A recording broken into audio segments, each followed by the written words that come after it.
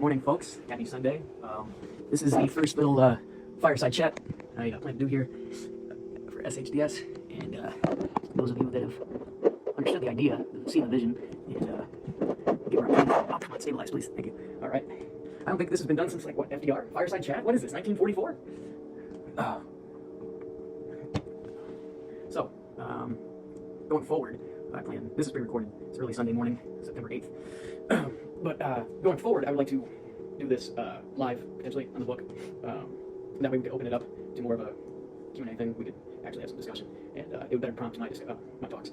So this first one's going to be a little off the dome and probably everywhere in terms of thoughts and ideas. However, I'm an ideas type guy. I work better face-to-face and speaking in the moment. Yeah, so I'm looking forward to doing this. I think it's a good way to bridge the divide. I had a extremely busy Saturday, and this morning so far, I'm up quite early. It's about 4 in the morning. Yesterday I did a voter registration drive, volunteered for the One campaign. Went around campus, talked to about 100 students or so, asked whether they're voting in Michigan, if they're registered to vote, and if not voting in Michigan, if they have access to their absentee ballot, or provide a way to get that. And then I took a little day trip to Flint to attend a cookout for Kamala, and while I thought it was a pleasure meeting everybody and speaking with like-minded people about what we all got to do is we've all been called to do something, I still feel it's important that I try to bridge the gap here and speak with my friends, family, and associates, and maybe even fellow students of their own humanity on the other side, that find themselves on the other side of the political aisle. We're not going to see eye to eye on everything. However, we can engage civilly and create a healthy political discourse, and that is essential in this polarized time. So essentially, if you read the post I made, and if you can actually have called the memory strong enough to remember what went down about a year ago when I made that paper and speech, and I'm back home in East Lansing, and I think by doing my own thing here, I ultimately play a bigger role in helping the decision we're all facing in the upcoming days. Yeah, so where do we begin? Stakes of the election. All right. Well, to those family, friends, and students of their own humanity on the other side of the political aisle, we are still family, friends. That doesn't change a damn thing just because I am personally a Democratic, pretty progressive person. However, I will say I do have conservative stances on some issues. And I consider myself to be a moderate. That's why I hope to engage in these civil discussions and hope we can all meet in the middle and make the right choice. My friends and family across the aisle that are caught up in this right-wing populism and are fans of the Trump Vance ticket because God-fearing Christians and want a strong nation under God, and I understand that. I hear where you're coming from. I hear you loud and clear. However, that's the key. Don't mind me while I fire up the heater. None of us are perfect here. We've all got our vices. I'm going to try to keep this as professional as I possibly can. However, please keep in mind that I am the son and grandson of 2 railroaders. One was a sailor, and you know what they say about sailors' mouths, but railroaders are 100% worse. I promise you that. So if something slips out, I apologize, but I'm in the comfort of my own living area. And we're all grown adults here. It's not like we haven't heard those words before.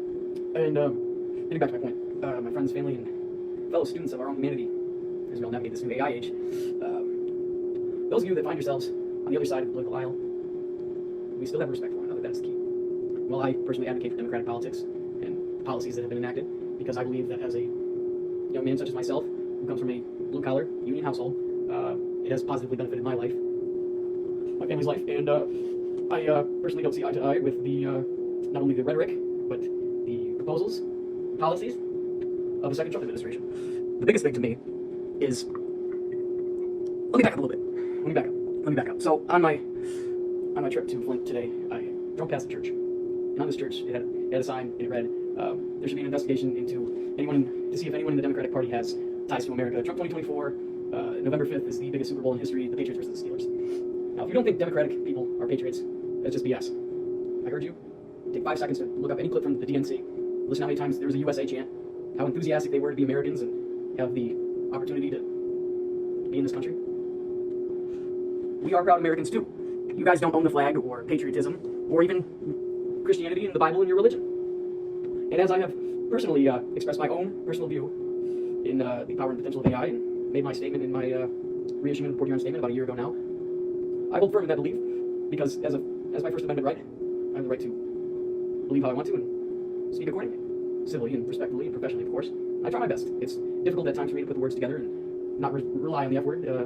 Frizzles, it's our second favorite F word, you know. But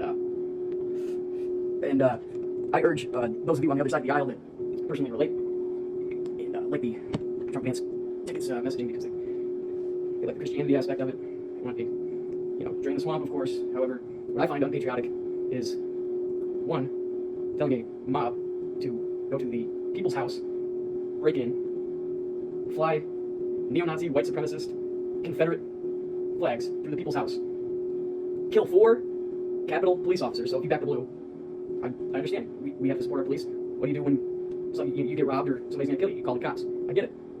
But we have to look at the facts of the matter here.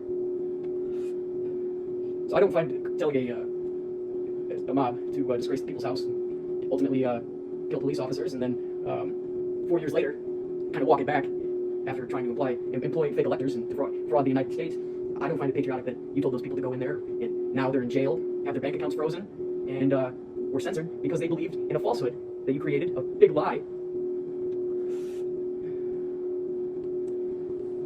So we have to really look at the facts of the matter. You have to take the rhetoric serious. You have to take the man's character into account. Because if he's going to be a symbol for a Christian nation, because that's essentially what the plan is here. Project 2025, developed by the Heritage Foundation, which, while Trump may claim blissful ignorance, I don't know, I don't know anything about it. The Heritage Foundation organization has former Trump administration officials and aides that have worked on the project. And I urge you all to actually go take the time and read the damn thing. It's scary. And essentially what it boils down to is gutting the checks and balances in our federal government and installing loyalists and people that only bow down to Trump and the Christian ideology for government positions. Now, those of you that find yourselves on the other side of the political aisle because of your belief, I urge you to study the founding of the country. And I know that you Republicans are strong supporters of our Constitution, and you care deeply about the First Amendment as I do, and the Second Amendment, which is essential, of course. However, I urge you to analyze the man's rhetoric. Go check his Truth Social post where he has stated, this is the crazy part, the suspension of all laws, treaties, and the United States Constitution, if need be. That's something to take serious. So,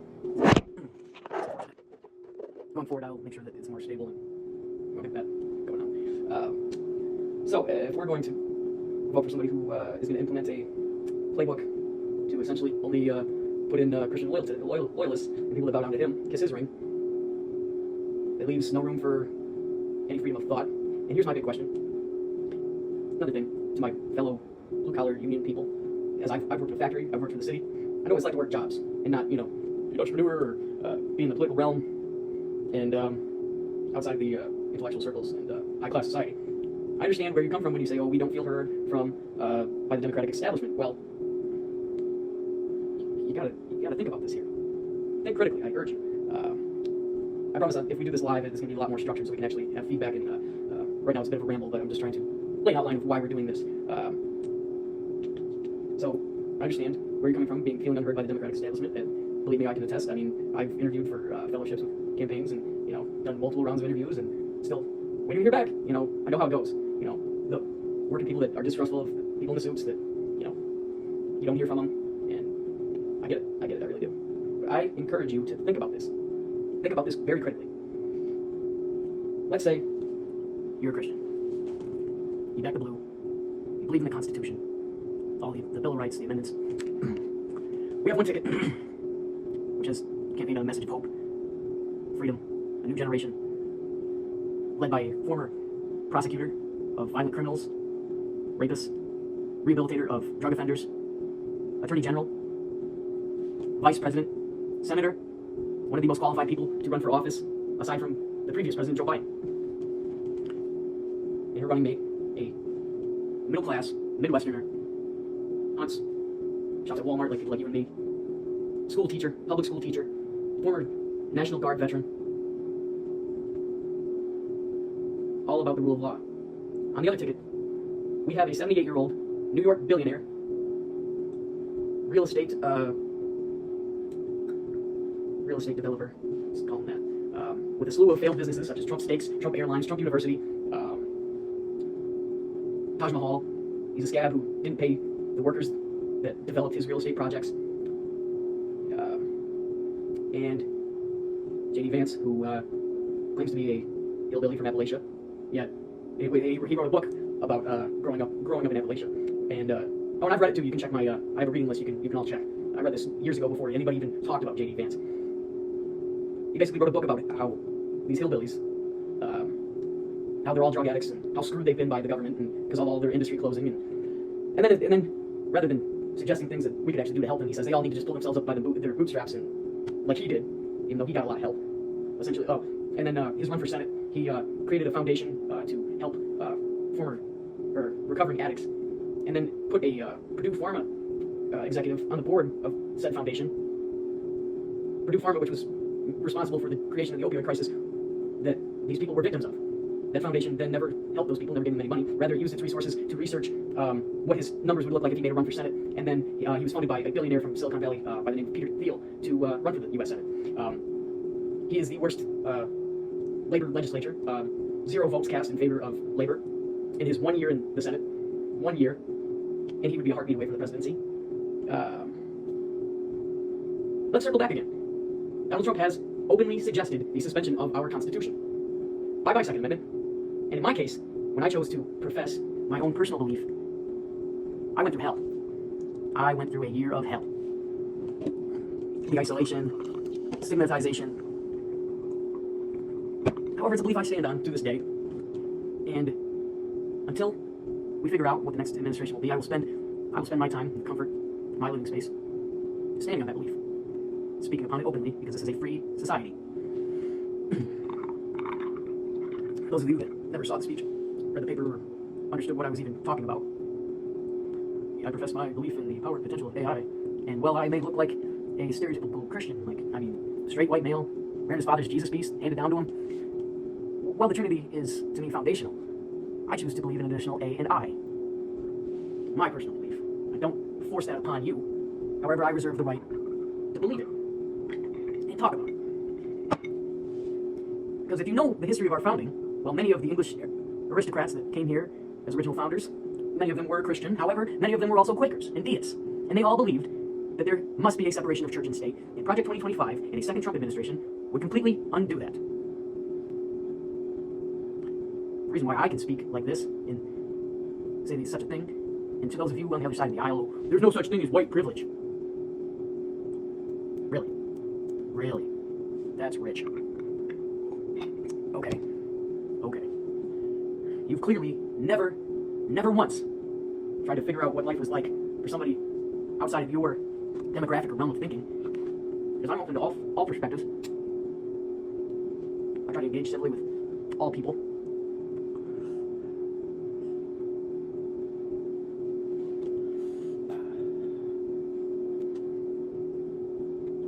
Just ponder that for a second. Think about it. You don't think that the corporations that influence our politics, the dark money, that the traditional, straight, Christian, white male, strongman, authoritarian type that dominates conversations in boardrooms and usually makes it to the top of the corporate food chain, you don't think it's a privilege? And then you somehow think that they have your best interest in heart as somebody who's blue collar or works in something like manufacturing or lawn care or anything, farming. You already don't trust these soups. For the longest time, it's been us. Look at the tickets. There's a stark contrast, isn't there? So, where does this leave us? If we elect a second Trump administration and we allow for the implementation of Project 2025, I personally don't even feel safe. Because, well, the Trinity is important. I believe in additional A and I. You're going to kill me as a heretic? And here's another question. Tell me this, Christians. Since you're such an authority on truth anymore. With so many different denominations, different flavors of Christianity, how are you going to come together as just Christians to run a country? Answer me that. You guys don't even agree on everything. My family, personally, was Lutheran. Martin Luther nailed 95 reformations to the door of the Catholic Church. Major differences, both Christian. So how are you guys going to come together and figure out your own differences?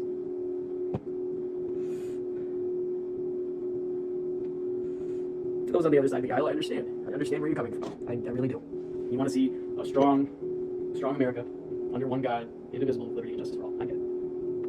However, if you make this a Christian nation only,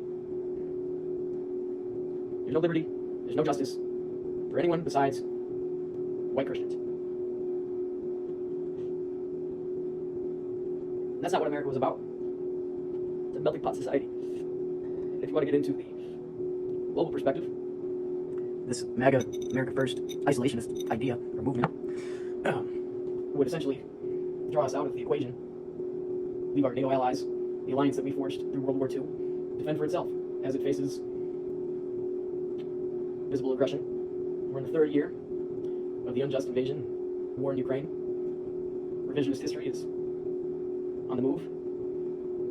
We need American leadership because we are still the beacon of hope and opportunity for the world. This is where all the countries of the world come, risk their lives even to seek citizenship and opportunity for a better life here in America. We'd be giving up on those principles if we choose to elect this isolationist Christian autocracy. It boils down to it, autocracy. Because if you're not a loyalist to Trump, the man in charge at that point, then you have no opportunity. You can't work. You have. So to all those local guys, you think your voice will be heard? You think those people give a damn about you? Let's talk policy. You wanted investment in manufacturing, you wanted industry to come back. JRB is the most legislatively successful president since LBJ and FDR. Bipartisan infrastructure bill. Chips and Science Act brings microcomputer processing and chip manufacturing right here to the state of Michigan. And the Inflation Reduction Act, which was the largest investment by this country in transitioning and cleaner energy. And I hear the skeptics on the other side, they go, we don't want the Green New Deal, it's, blah, blah, blah. And nobody's passing the Green New Deal. While making historic investment in the future of energy and more sustainability, we are simultaneously producing the most amount of oil we have ever produced here in the United States. So think about that. If you want to drill, baby, drill. I hear you guys talking points loud and clear. I understand where you're coming from. But you need to take the time to actually analyze the policies and the rhetoric. And one side's rhetoric is very dangerous. I urge you to go to, God forbid you make a Truth Social account, but you can easily search for the post where Trump suggested the suspension of the Constitution, all laws and treaties. You can easily find all of the Heritage Foundation workers who were previous Trump administration officials' names. Well, he made a claim blissful ignorance. He doesn't know what's in Project 2025, and it's, we never do that. It's very conservative. We never do that. Well, those that previously worked for him and may work for him again are well aware of what the plan is. It's an administration. Do you think Donald Trump, 78-year-old, incoherent, would be able to do it all on his own? No, it comes down to administration. I hear you loud and clear on the other aisle as well about, I don't like Joe Biden because, he's Sleepy Joe, he's sleeping. Well, Amtrak Joe may be asleep, at the engine, but as the engineer. Conductor Frizzle's out here on the ground, flipping the switches by hand, trying to put us on the right track. That's what we conductors do. Those of you that are familiar with, they're keyed into railroad, you'll understand. Engineers get to sleep a lot on the job. Conductors are out here, flipping the switches, making sure we're on the right track, in the clear. Let's get in the clear here. We'll speak openly and candidly. Go back to policy. You wanted to bring back manufacturing in America because corporate powers like those that Trump has given tax relief for sent jobs overseas, sold farmland to China. I get it, Bipartisan Infrastructure Act. Keyword there, bipartisan. Look around Michigan. I've never seen more work being done in buildings being built, people at work. Over the past 6 presidents, we've had 3 Republicans, 3 Democrats. Democratic presidents have outnumbered Republican presidents 50 to 1 in job creation. 50 million compared to 1 million. If that's what you're so worried about, jobs in the economy, let's talk the policy. Donald Trump promised infrastructure week every week of his presidency and never delivered. The Biden-Harris administration has potentially given us an infrastructure decade.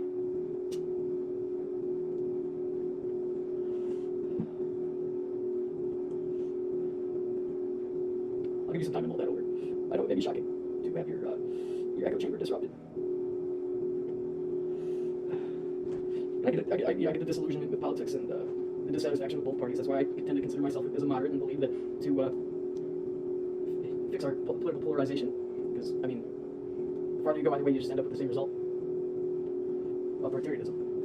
However, there's a stark contrast. To the naysayers on the other side of the aisle, I understand. You think policies are Marxist. But if you had ever taken a sociology or an economics course, you'd understand that Marxism is a fundamental principle of approach to understanding these theories. Because you have to look at things through labor. It doesn't mean anybody's threatening to get rid of private property or homeownership. Something like the Harris campaign openly means they tell it as it is. They're not going to abolish private property. This is not a this isn't some plot for one world government and global communism. No, I mean that's ridiculous. You need to get your facts straight. The Harris campaign has actually suggested the creation of 3 million new homes, more infrastructure, more jobs. Also suggested corporate price gouging if you're worried about inflation. While it is currently cooling, the United States is having the best recovery out of every country in the world in terms of COVID recovery. And while prices are still high, there's a little secret. Corporate profits are up, wages staying the same. That might have been a bombshell.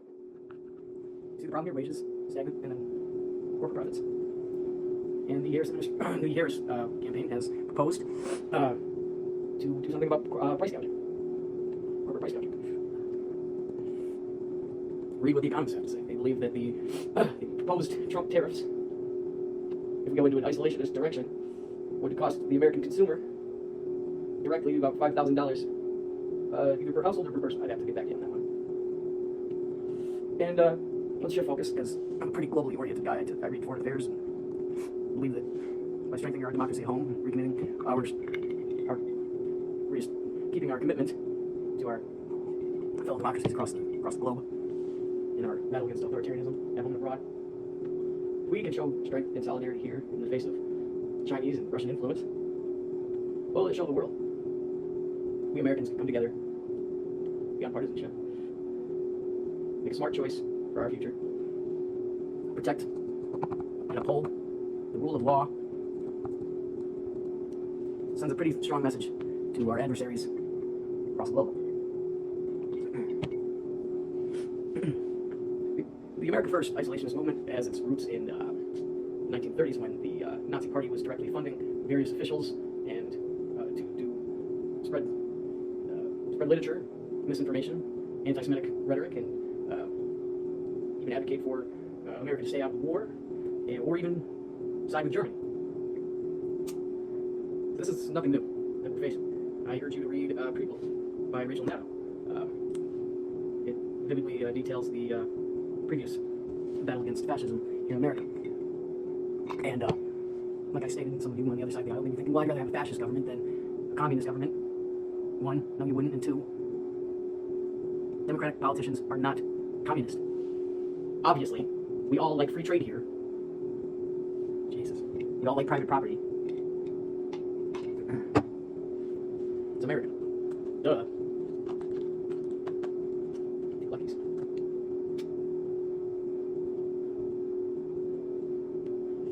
And you may be skeptical of me, because you think, oh, he's just some pot smoking hippie that spends his whole day listening to music, jamming out, talking about world peace, man. Well, I may advocate for peace on earth and goodwill towards all of humanity. I believe in peace through strength.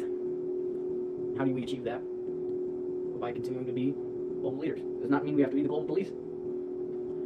No, global leadership means something completely different. We're choosing the rule of law, not suspending our Constitution and installing loyalists to a Christian ideology that can't even make up its own mind about what it truly means to be Christian. In this war of words, we can show the rest of the world that we Americans are serious, and we will not be divided.